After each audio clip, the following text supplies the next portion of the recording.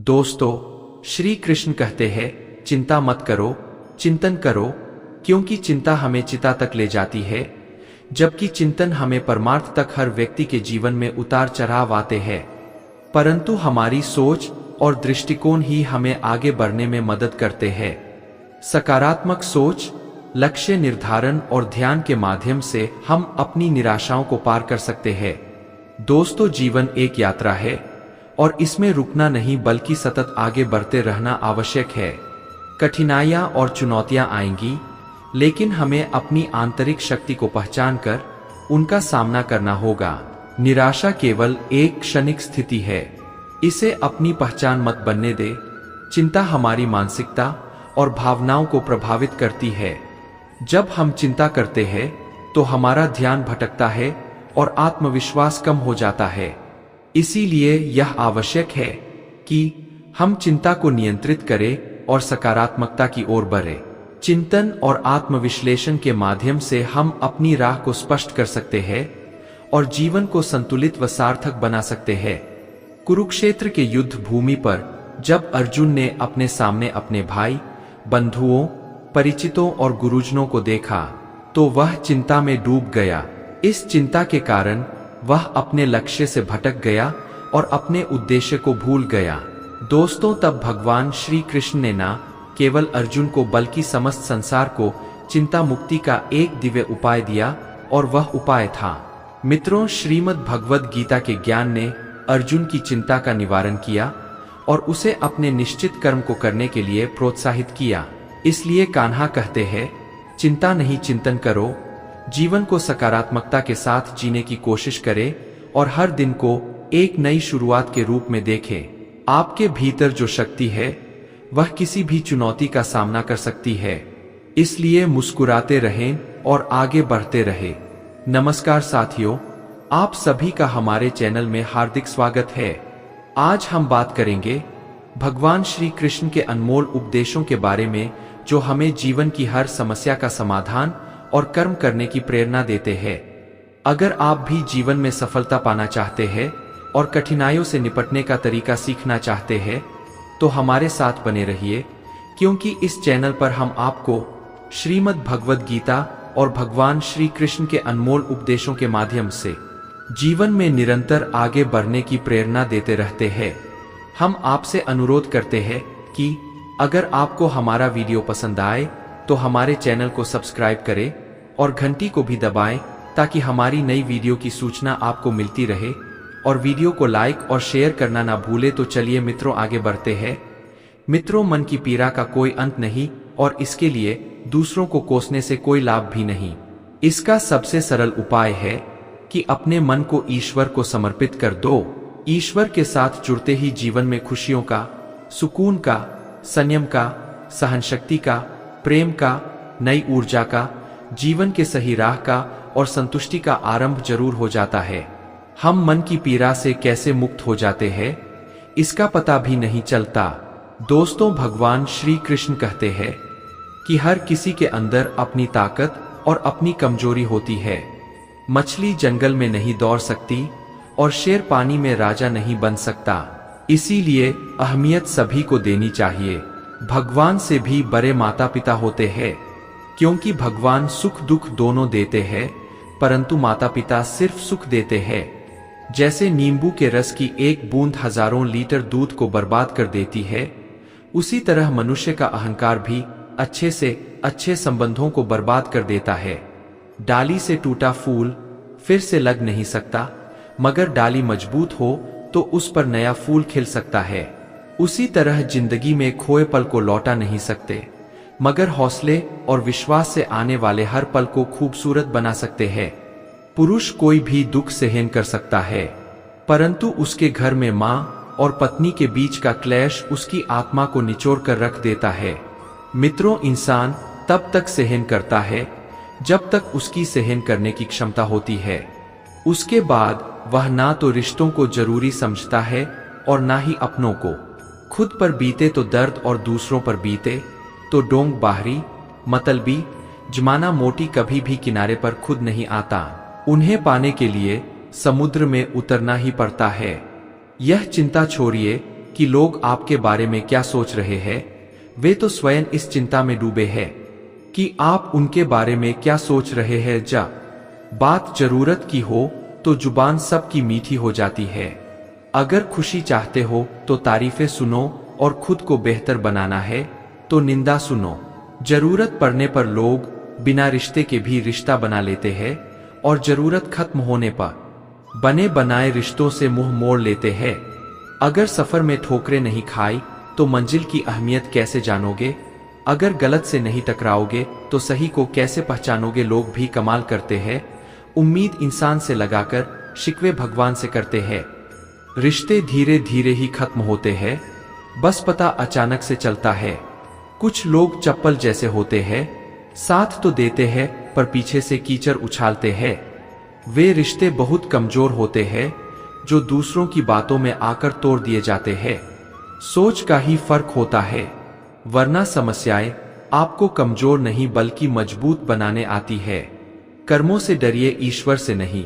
ईश्वर माफ कर देता है। कर्म नहीं सब कुछ करो मगर किसी की बुराई मत करो, क्योंकि बुराई आपको भी बुरा बना देती है। ईश्वर जिन्हें ऊंचाई पर पहुंचाना चाहते हैं उन्हें सबसे अधिक तकलीफ देते हैं ताकि तकलीफों से लड़ते लड़ते वे मंजिल तक पहुंच सके। श्री कृष्ण कहते हैं कि किसी के एक दो गलत कार्यों के आधार पर उसे हमेशा के लिए बुरा मान लेना उचित नहीं है। अक्सर परिस्थितियां गलत होती है, इंसान नहीं। चाहे परिवार हो या कोई संगठन, उनकी सफलता आपसी समझ, शांतिपूर्ण संवाद और एक दूसरे के विचारों का सम्मान करने पर निर्भर करती है। दोस्तों, गीता में भगवान श्री कृष्ण ने कहा है कि अकेलापन से डरना छोड़ दो, दुखी होना छोड़ दो। इस दुनिया में कोई किसी का नहीं होता है, इसीलिए जीवन में कभी किसी की वजह से दुखी नहीं होना चाहिए। मित्रों, श्री कृष्ण कहते हैं प्रेम उसी इंसान से करो जो मनुष्य आपके प्रेम के लायक हो। जिस इंसान को आपके प्रेम की कदर ही नहीं है, उस इंसान से जितना दूर रहोगे उतना ही अच्छा है।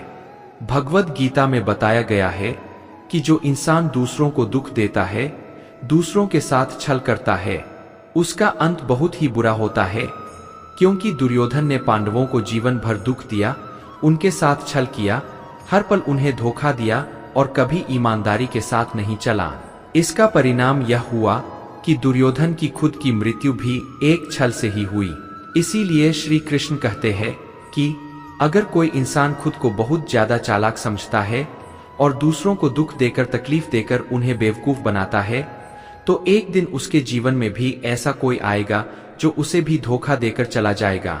दोस्तों, भगवद गीता में श्री कृष्ण ने कहा है कि जीवन में कोई आपको धोखा दे या तकलीफ दे तो उसकी परवाह करना छोड़ दो और खुद दुखी होना भी छोड़ दो, बल्कि उससे कुछ सीख लो। मित्रों, इस दुनिया में लोग असलियत में वैसे नहीं होते जैसा आप उन्हें समझ लेते हैं। यहाँ लोग अपने मुंह पर मुखौटा लगाकर घूमते हैं।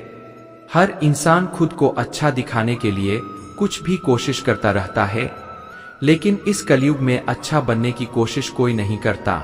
आप किसी के साथ थोड़ा भी गलत व्यवहार करके देखो, सामने वाले का असली रंग आपके सामने आ जाएगा। या फिर आपकी जिंदगी में मुश्किल समय आने पर वक्त आपको उस इंसान का असली रंग दिखाएगा।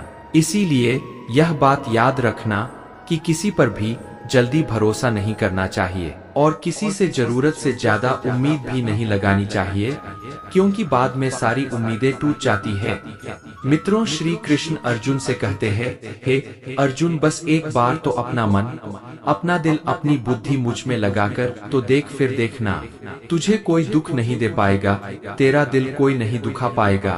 दोस्तों, एक बात हमेशा याद रखना कि इस कलयुग में आप जिसके साथ हद से ज्यादा दिल लगाओगे या हद से ज्यादा भरोसा करोगे तो सबसे ज्यादा दुख भी आपको वही इंसान देगा। आप देखना कि इस दुनिया में दिल की कोई कदर नहीं है। आपसे जब तक लोगों को फायदा होता है तब तक ही लोग आपसे मतलब रखते हैं। उसी वक्त लोग आपके साथ अच्छा व्यवहार करते हैं और आपसे मीठी मीठी बातें करते हैं। जैसे ही उनका मतलब और स्वार्थ खत्म हो जाता है, उनका बात करने का तरीका भी बदल जाता है। वे आपसे बात करना तो दूर आपके पास बैठना भी पसंद नहीं करते। इसीलिए कहते हैं कि जब आप किसी से पहली बार मिलते हैं तो उस इंसान पर यकीन मत करो। वह सिर्फ एक मुखौटा है जो आपको दिखाने और फंसाने के लिए है। अब यह आप पर निर्भर करता है कि आपको उस इंसान के साथ फंसना है या अपनी समझदारी से काम लेना है। दोस्तों, श्रीमद् भागवत गीता में श्री कृष्ण कहते हैं कि इंसान के दुख का सबसे बड़ा कारण है उसका मोह। मोह से अज्ञान आता है और जीवन में समस्याएं शुरू होने लगती है। महाभारत में धृतराष्ट्र को दुर्योधन से इतना मोह था कि वह अपने पुत्र को गलत काम करने से भी रोक नहीं सका। धृतराष्ट्र को पुत्र मोह की वजह से धर्म और धर्म का ज्ञान ही नहीं रहा और अंत में सब कुछ बर्बाद हो गया। महाभारत में श्री कृष्ण ने अर्जुन से कहा था, जब ज्ञान की धारा बहती है तो सबसे पहले मोह को नष्ट करती है। मोह को इसलिए नष्ट करती है क्योंकि मोह अज्ञान है। मोह की वजह से जीवन में दुख ही आते हैं। मोह घर परिवार से हो सकता है, सफलता का मोह हो सकता है, सुख सुविधा और मान सम्मान का मोह हो सकता है। जहाँ मोह रहेगा वहाँ दुख तो आएगा ही। मोह जब सफल होता है तो दुख मिलता है और जब असफल होता है तब भी दुख ही मिलता है। दोस्तों, श्री कृष्ण कहते हैं कि जब कोई मोह त्याग देता है तो उसे मेरी कृपा मिल जाती है। मोह रहित व्यक्ति परम आनंद प्राप्त करता है। इसीलिए मोह का त्याग करना चाहिए और जो हमारे पास है उसी में संतुष्ट रहना चाहिए। ज्यादा पाने का मोह रहेगा तो दुख मिलना तय है। मित्रों, श्रीमद् भगवद गीता में श्री कृष्ण कहते हैं कि लोगों में अपना सहारा ढूंढना छोड़ दो। आपके मन की सबसे बड़ी कमजोरी यही होती है कि आप दूसरों में सहारा ढूंढते हैं और यही चीज आपको कमजोर बनाती है। यही चीज आपका खुद पर विश्वास खत्म कर देती है। जो लोग सोचते हैं कि यह तो मेरा सहारा है तो मुश्किल वक्त में मुझे काम आएगा, वही लोग मुश्किल वक्त में सबसे ज्यादा दुखी और अकेले पड़ जाते हैं। आप सिर्फ ईश्वर को अपना सहारा बना देखना। जब भी कोई मुश्किल आएगी तो वह किसी ना किसी रूप में आकर आपकी मदद जरूर करेंगे। दुनिया को सहारा मत बना। जो खुद अपने लिए सहारा ढूंढ रहे हैं वह आपका सहारा कैसे बनेंगे? तो अपना सहारा दुनिया को नहीं, ईश्वर को बनाना चाहिए। ईश्वर आपकी सुनता है या नहीं ये आपकी श्रद्धा, विश्वास और आस्था पर निर्भर करता है। दोस्तों, श्रीमद् भगवद गीता में श्री कृष्ण कहते हैं कि अपने मन को शांत रखना सीखो, क्योंकि अशांत मन जीवन में सिवाय दुख के आपको और कुछ नहीं देने वाला है और एक शांत मन आपको जीवन में प्रेम और आनंद ही देगा। दुख और सुख सिर्फ शांत और अशांत मन के परिणाम है। अशांत मन दुख को ही जन्म देता है और शांत मन परम आनंद को जन्म देता है। मन में शंकाओं को कभी जन्मने ना दो। यह शंकाएं मन में गलतफहमियों के पहाड़ बना देती है जिससे जीवन का सुख और चैन छिन जाता है। श्री कृष्ण कहते हैं, मनुष्य को अपने मन को वश में रखना चाहिए। जो कोई अपने मन को वश में कर लेता है उसका मन उसका मित्र बन जाता है और जो कोई अपने मन को वश में नहीं रख पाता उसका मन उसका सबसे बड़ा शत्रु बन जाता है। प्राचीन भारत के एक राज्य में एक युवक रहता था जिसका नाम केशव था। केशव साधारण किसान परिवार से था, लेकिन उसके मन में असाधारण सपने थे। वह हमेशा सोचता था कि वह अपने जीवन को सामान्यता से परे ले जाकर कुछ बड़ा करेगा, परंतु उसकी समस्या यह थी कि उसका मन अत्यधिक चंचल और अनियंत्रित था। जब भी केशव किसी कार्य में जुटता, उसका मन उसे विचलित कर देता। वह कभी क्रोध में फंस जाता, कभी आलस्य में और कभी दूसरों की तुलना में उलझकर निराश हो जाता। उसे लगा कि जैसे उसका मन ही उसका सबसे बड़ा शत्रु बन गया है। एक दिन गांव में एक बूढ़े संत आए। उनकी गहरी आंखों में सच्चाई और उनकी वाणी में अनुभव की शक्ति थी। केशव ने संत से पूछा, गुरुदेव, मेरा मन मेरा सबसे बड़ा दुश्मन बन गया है, मैं क्या करूं? संत ने मुस्कुराते हुए उत्तर दिया, तुम्हारे पास एक अद्भुत शक्ति है, विकल्प की शक्ति, लेकिन तुम्हें इसे पहचानना और इस्तेमाल करना सीखना होगा। दोस्तों, अगर तुम चाहो तो तुम्हारा मन तुम्हारा सबसे बड़ा मित्र बन सकता है। संत ने केशव को एक विशेष प्रशिक्षण दिया। उन्होंने उसे एक पुराना लेकिन चमकता हुआ आईना दिया और कहा, यह आईना तुम्हारे मन का असली प्रतिबिंब दिखाएगा। हर दिन सुबह इस आईने में देखो और अपने मन से 3 सवाल पूछो। पहला, आज कौन सा सबसे महत्वपूर्ण काम करूंगा? दूसरा, क्या मेरे विचार मेरे लक्ष्यों के अनुरूप है? तीसरा, क्या मैं अपने मन को अपना मित्र मानता हूं या शत्रु? केशव ने इस प्रक्रिया को गंभीरता से अपनाया। हर सुबह जब वह आईने में देखता तो उसे महसूस होता कि उसके मन में नकारात्मकता और आलस्य का कोई स्थान नहीं है। धीरे धीरे वह अपने हर कार्य को ध्यान और आत्मविश्वास के साथ करने लगा। कुछ महीनों बाद एक दिन राजा ने गांव में घोषणा की कि वह सबसे बहादुर और बुद्धिमान युवक को अपनी सेना का सेनापति बनाएंगे। यह सुनकर पूरे गांव में उत्साह फैल गया। सभी युवकों ने तैयारी शुरू कर दी, लेकिन केशव को संदेह था कि क्या वह इस चुनौती का सामना कर सकेगा। उस रात जब केशव आईने के सामने खड़ा हुआ तो उसने अपने मन से कहा, तुम्हारे पास 2 रास्ते हैं, या तो खुद पर विश्वास करो और प्रयास करो, या फिर डर और आलस्य के कारण पीछे हट जाओ। लेकिन याद रखना, तुम जो भी चुनोगे वही तुम्हारा भविष्य तय करेगा। अगली सुबह केशव ने अपनी पूरी ताकत और आत्मविश्वास के साथ चयन प्रक्रिया में भाग लिया। उसकी ईमानदारी, धैर्य और मन के संतुलन ने उसे सबसे अलग बना दिया। राजा ने न केवल उसे सेनापति चुना बल्कि उसकी प्रशंसा भी की कि उसने अपनी आंतरिक शक्ति से यह सफलता पाई है। सेनापति बनने के बाद केशव ने संत के पास जाकर कहा, गुरुदेव, मैंने आपके दिए हुए आईने के कारण अपने मन को समझा।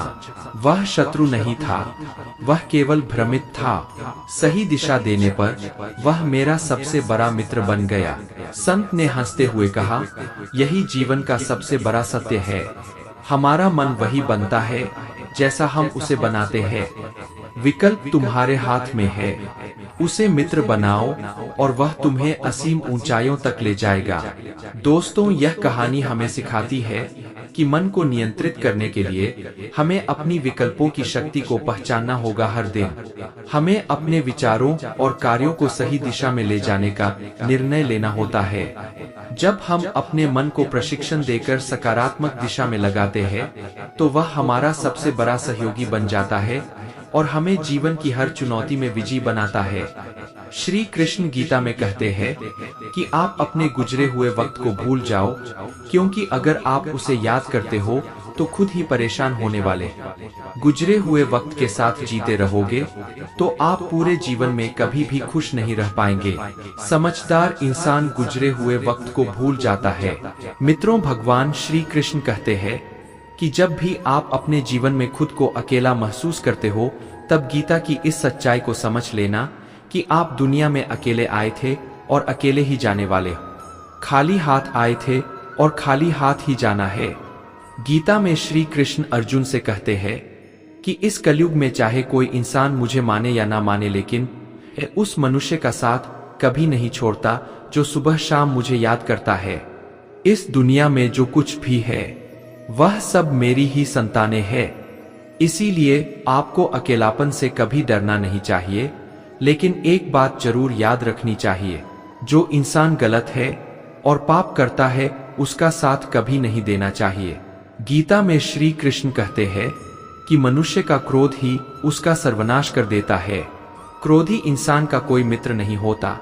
हर इंसान क्रोधी इंसान से दूर भागता है, उसके सारे रिश्ते समाप्त हो जाते हैं और कोई उसके साथ रहना नहीं चाहता।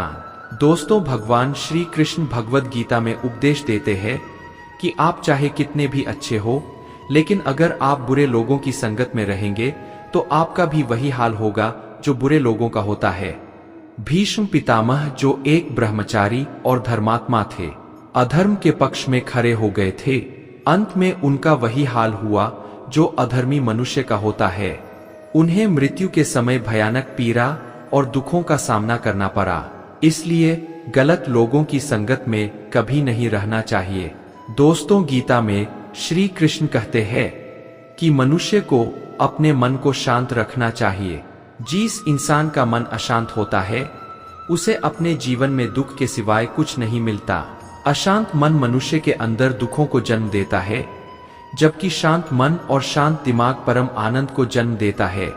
साथियों, अगर आपको हमारा यह प्रयास पसंद आया हो तो हमारे चैनल एलएसजीडी गुरु को सब्सक्राइब करें और वीडियो को लाइक करें।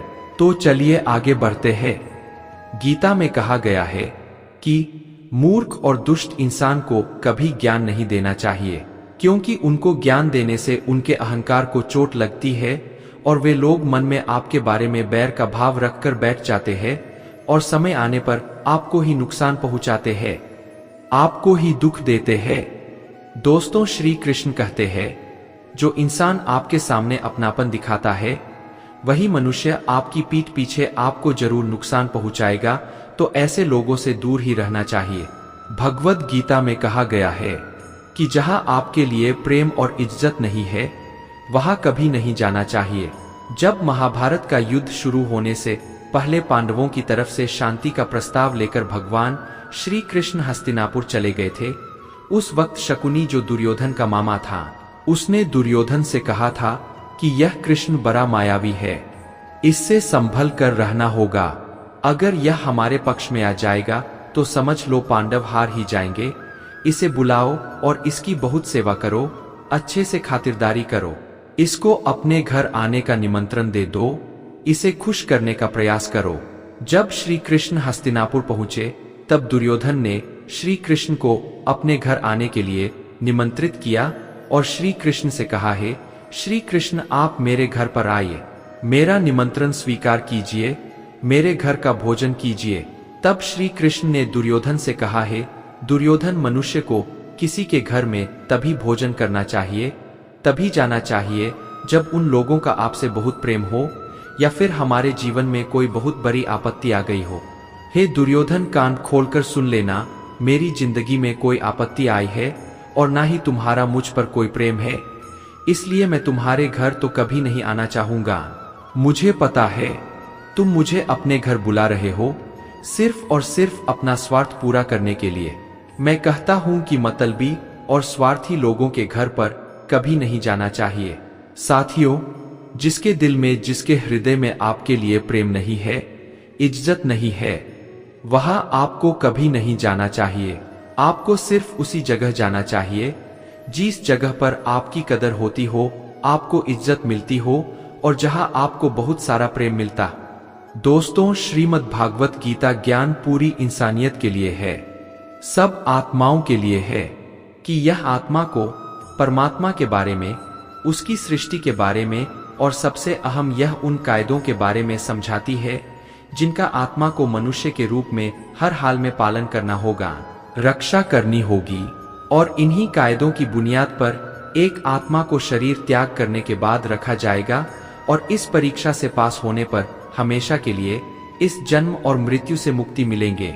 जो इंसान सच्चे दिल से इस श्रीमद् भागवत गीता ज्ञान को सुनता है, उसका जीवन सफल हो जाता है, उसका कल्याण हो जाता है। इतनी पवित्र है यह श्रीमद् भागवत गीता। भगवद गीता में श्री कृष्ण कहते हैं कि मैं ही सब की शुरुआत हूं, मैं शुरू से भी पहले था और सब खत्म होने के बाद भी रहूंगा। सब मुझ में है और मैं सब में हूं। जो भी तुम छू सकते हो, देख सकते हो या छू नहीं सकते, वह सब में ही हूं। यह नदियां, पहाड़, सूरज, ग्रह, चांद, सितारे सब मैंने बनाए हैं। मैंने ही भगवान, शैतान, राक्षस और इंसान बनाया है। मैं सर्वव्यापी हूं, सब में मैं ही रहता हूं। मैं ही ब्रह्मा बनकर सब बनाता हूं और रुद्र बनकर सब नष्ट कर देता हूं। भगवद गीता कहती है कि इस सबसे बड़ी परीक्षा के लिए परमात्मा ने प्रकृति का निर्माण 5 तत्व हवा, अग्नि, जल, पृथ्वी और आकाश से किया, जिन्हें हम छूकर, चखकर, सुनकर और देखकर समझ सकते हैं, पर खुद परमात्मा इन 5 इंद्रियों की समझ से बाहर है। उन्हें आत्मा इंद्रियों से नहीं जान सकती। आत्मा 5 इंद्रियों के साथ वैसा ही है जैसे एक लोहे का रोबोट जिसे अपने बनाने वाले का कोई पता नहीं। अर्जुन को भी परमात्मा का विराट रूप देखने के लिए भगवान कृष्ण ने दिव्य नेत्र दिए। मित्रों, भागवत गीता समझाती है कि आत्मा अजन्मी है, इसे कोई मार नहीं सकता, कोई जला नहीं सकता, डूबा नहीं सकता, काट नहीं सकता। लेकिन आत्मा को परमात्मा के साथ हमेशा रहने के लिए यह परीक्षा रूपी जीवन में बैठना ही पड़ेगा। इस परीक्षा के लिए परमात्मा को छोड़कर आत्मा को पृथ्वी पर किसी ना किसी रूप में जन्म लेना पड़ता है और 84 लाख योनियों को जीने और भोगने के बाद एक आत्मा को मनुष्य का शरीर मिलता है। इस सबसे बड़ी मर्यादाओं की परीक्षा में बैठने के लिए हर मनुष्य को इस पूरी परीक्षा के दौरान तरह तरह की अच्छी और बुरी भावनाओं के चक्रव्यूह में अपने ही भाई बहन और मित्रों के साथ डाला जाता है, जिसमें हर आत्मा को अपने अंदर के तामसिक और राजसिक अवगुणों से निकलकर सात्विक जीवन में प्रवेश करने के मौके मिलते हैं। हमारे आमसिक गुण वह है जो हमारे अंदर हीन भावना पैदा करके हमें खुद को ही नुकसान पहुंचाते हैं, और हमारे राजसिक गुण हमें ईर्ष्यालु और लोभी बनाकर दूसरों के प्रति नुकसान पहुंचा सकते हैं। इस परीक्षा के दौरान हर आत्मा को तामसिक और राजसिक गुणों को खत्म करके अपने 7वें गुणों से परिचित होना पड़ेगा। 7वें गुण वह है जो आत्मा को अपने आसपास की हर चीज से जोड़े रखती है और उन्हें प्यार करना सिखाती है। परीक्षा के दौरान हर आत्मा को जीवन के चारों स्तंभ धर्म, अर्थ, काम और मोक्ष का ज्ञान पाकर ही मुक्ति मिलती है। यही द्वार है जिन्हें समझकर ही आत्मा परमात्मा को समझ सकती है। पहला द्वार धर्म का है और शेर इसका प्रतीक है। धर्म वही है जो गीता में लिखा हुआ है। धर्म वही है जो धारण किया हुआ है, जिसे आपका दिल मानता है, जैसे झूठ नहीं बोलना, चोरी नहीं करना, भगवान का निराधार नहीं करना, दूसरों को नुकसान नहीं देना। यही सब धर्म है और हर आत्मा को अपने जीवन काल में हर समय धर्म का पालन करना होगा और उसकी रक्षा करनी होगी। दूसरा द्वार अर्थ का है और घोड़ा इसका प्रतीक है। हर आत्मा अपने हर जीवन काल में अपने पृथ्वी पर होने का अर्थ या मूल कारण समझेगी। इस जिंदगी में भोगने वाली चीजें और रिश्तों का आनंद लेंगे। अच्छा बेटा और अच्छी बेटी, अच्छा भाई या अच्छी बहन, अच्छा पति या अच्छी पत्नी बनकर हर रिश्ते पर खरा उतरना होगा और इस परीक्षा को पास करेगी। तीसरा द्वार काम का है। दोस्तों, भागवत गीता समझाती है कि हर मनुष्य के अंदर काम, क्रोध, लोभ, मोह, अहंकार और ईर्ष्या जैसी 6 भावनाओं हमें अपने और दूसरों के प्रति नुकसान पहुंचा सकती है। इन भावनाओं को हर मनुष्य को हमेशा अपने नियंत्रण में रखना होगा, क्योंकि इनके भाव में किया हुआ कोई भी काम हमारे जीवन भर की परेशानी का कारण बन सकता है और एक आत्मा संतोष और सादगी से इन भावनाओं पर हमेशा के लिए विजय पा सकती है। 14 स्तंभ मोक्ष का है और हाथ ही इसका प्रतीक है। इस परीक्षा रूपी जीवन में हर मनुष्य हर समय कुछ इच्छाएं रखता है। कुछ इच्छाएं एक ही जन्म काल में पूरी हो जाती है, पर कुछ अधूरी रह जाती है और उनको पूरा करने के लिए आत्मा को वापस पृथ्वी पर आना पड़ता है। श्रीमद् भागवत गीता हमें समझाती है कि हमारी इच्छाएं ही मूल कारण है हमारे पृथ्वी पर वापस आने का, और अगर हम कोई भी इच्छा ना रखें तो हम इस जीवन और मृत्यु से मुक्त तो हो सकते हैं। यह द्वार माफी का भी है। जिन्होंने आपके साथ बुरा किया उनको माफ करके और जिनके साथ आपने बुरा किया उनसे माफी मांगकर मुक्ति पाई जा सकती है। जब तक आत्माएं इन चारों दरवाजों धर्म, अर्थ, काम और मोक्ष को समझ नहीं लेती, तब तक इस आत्मा को बार बार मनुष्य के रूप में आना ही पड़ेगा। परीक्षा का समय खत्म होते ही आत्म शरीर और अन्य सब वस्तुओं का त्याग कर देती है। जो भी संसार में रहकर बनाया वह अब किसी और का ही होगा और आत्मा अपने कर्मों के फैसले के लिए चली जाती है। आत्मा के अच्छे बुरे कर्मों का हिसाब होता है। अपने अच्छे कर्मों के लिए आत्मा कुछ वक्त के लिए स्वर्ग और दुष्कर्म के लिए नरक चली जाती है। नरक में आत्मा को अपने पापों के अनुकूल सजाएं मिलती है, पर सजा खत्म होने के बाद आत्मा को फिर से एक नया शरीर और नया दिमाग मिलता है। इस परीक्षा में फिर से बैठने के लिए और हर परीक्षा में वही सब फिर दोहराया जाएगा। जिंदगी के 4 स्तंभ धर्म, अर्थ, काम और मोक्ष को समझने के लिए हर जन्म में अपने कई जन्मों के कर्मों के हिसाब से हर आत्मा को कभी अच्छे तो कभी बुरे हालातों से जाना पड़ता है। लेकिन जब तक आत्मा परमात्मा के साथ योग को नहीं समझ लेती तब तक वह मुक्ति नहीं पा सकती। दोस्तों, भागवत गीता समझाती है कि मनुष्य अपने शरीर, दिमाग या दिल से भगवान को पा सकता है। शरीर द्वारा किए कर्मों के माध्यम से परमात्मा को पाने को कर्मयोग कहते हैं। ऐसे कर्म जो परमात्मा की इच्छा से हो और दूसरों के कल्याण के लिए हो। वाल्मीकि ने रामायण लिखकर श्रवण ने अपने माता पिता की सेवा और उन्हें 4 धाम की यात्रा कराकर अपने कर्मों द्वारा परमात्मा को पाया। मित्रों, श्रीमद् भगवद गीता समझाती है कि एक आत्मा दिमाग से भी परमात्मा के साथ योग लगा सकती है। इसे राजयोग कहते हैं, क्योंकि दिमाग या मस्तिष्क सब इंद्रियों का राजा है। एक मनुष्य अपनी आस्था, श्वास प्रणाली, अभ्यास, साधना और तपस्या से परमात्मा को इस योग के रास्ते पा लेता है। आशा करता हूं साथियों, आपने इस वीडियो से बहुत कुछ सीखा होगा। आपको वीडियो अच्छी लगी हो तो लाइक और शेयर कीजिए और इसी तरह की प्रेरणादायक वीडियो देखने के लिए चैनल को सब्सक्राइब करें और घंटी को जरूर दबाएं। वीडियो को आखिर तक देखने के लिए आपका बहुत बहुत धन्यवाद। आपका सदा भला हो। जय श्री राधे कृष्ण।